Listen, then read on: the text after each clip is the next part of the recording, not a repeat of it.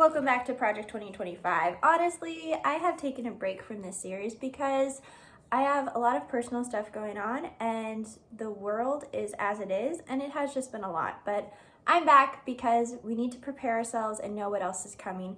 Trump has already enacted quite a lot from Project 2025. Nothing has been super surprising except the salute from Musk. That was a little surprising and not in my bingo card, but everything else is kind of tracking. All right, so we are going to get into the next portion of Project 2025, and the last portion we talked about the Chief of Staff. This portion, they are talking, and we are talking about the Executive Office. So the executive branch and basically what Project 2025, how it views it, what it wants it to do, and what it wants Trump to do. I will also say, in this section, the Trump administration was directly referenced. And so for everyone who said, Trump doesn't know about it, it's literally referenced about the Trump administration, okay? So let's just get that out of the way.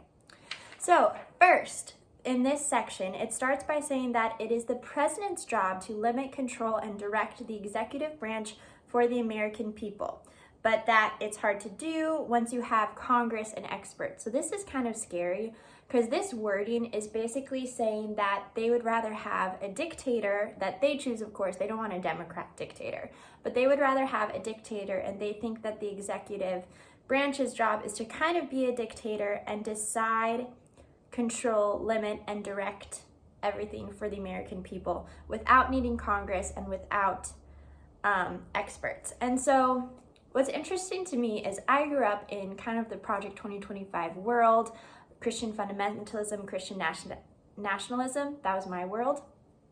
And when Obama got into office, everyone around me freaked out. They freaked the flip out. And everyone was so scared that he was a Muslim, that he was going to put in Sharia law. Like, that was a really real fear in the Christian nationalists. They literally thought that Obama was going to put Sharia law for everyone.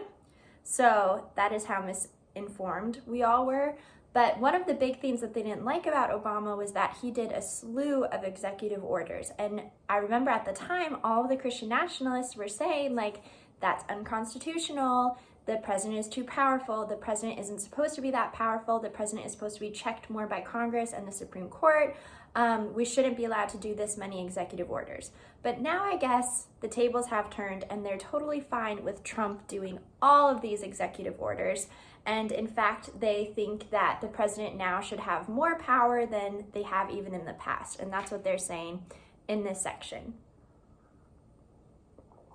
Okay, so secondly, after they say that, yeah, the president should be able to direct, control, and limit without all of these bureaucratic experts, they go on to quote James Madison, which I think this is a brilliant quote. And they say, the accumulation of all powers, legislative, executive, and judicial, in our society, in the same hands may be the definition of tyranny. Sorry, let me re-quote that. The accumulation of all powers in the same hands may be the definition of tyranny. And so this is what our founding fathers did not want to happen, is what we're seeing now. Trump has basically the Supreme Court at his beck and call. He has both the Senate and the House and the president's seat. And just like James Madison says, is when that happens and they're all in the same hands, we're going to see tyranny. And that is what we are seeing now.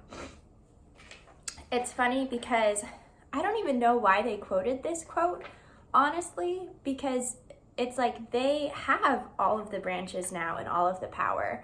But I think they were just using this quote to say that's why the Republicans should have all of it and not the Democrats.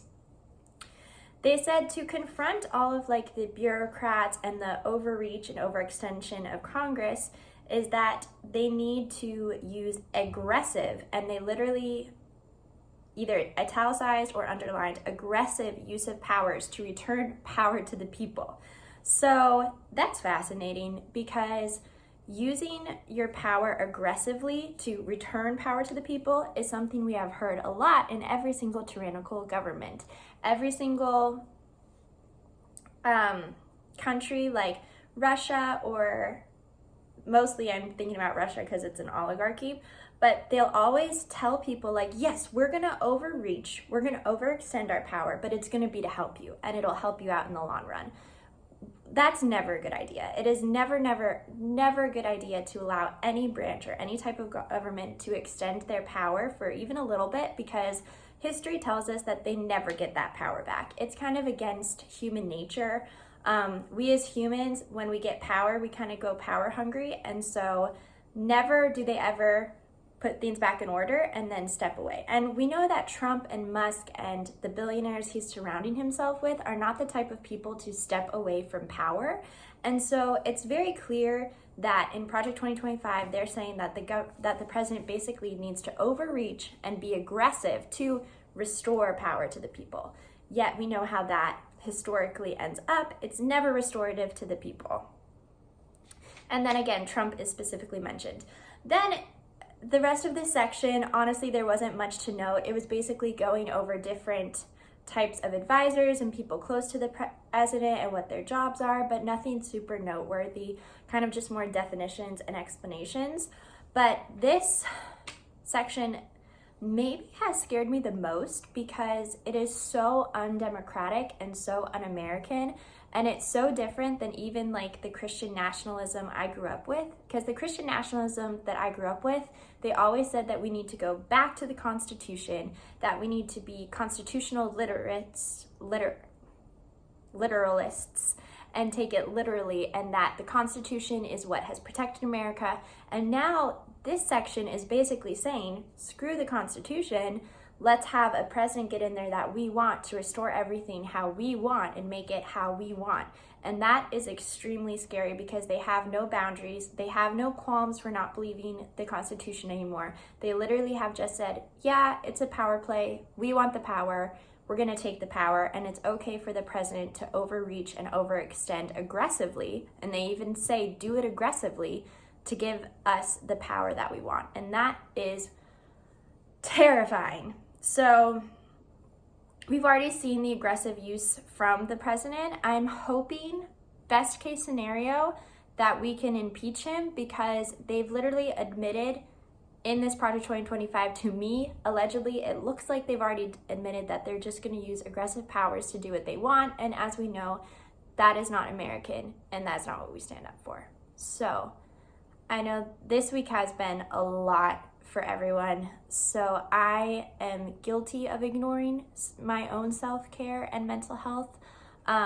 So I want to encourage myself and everyone else, like, let's do some self-care this weekend. Let's do things that bring us joy, because we cannot live the next 4 years doom scrolling and being upset. We need to be hopeful, joyful, and get stuff done.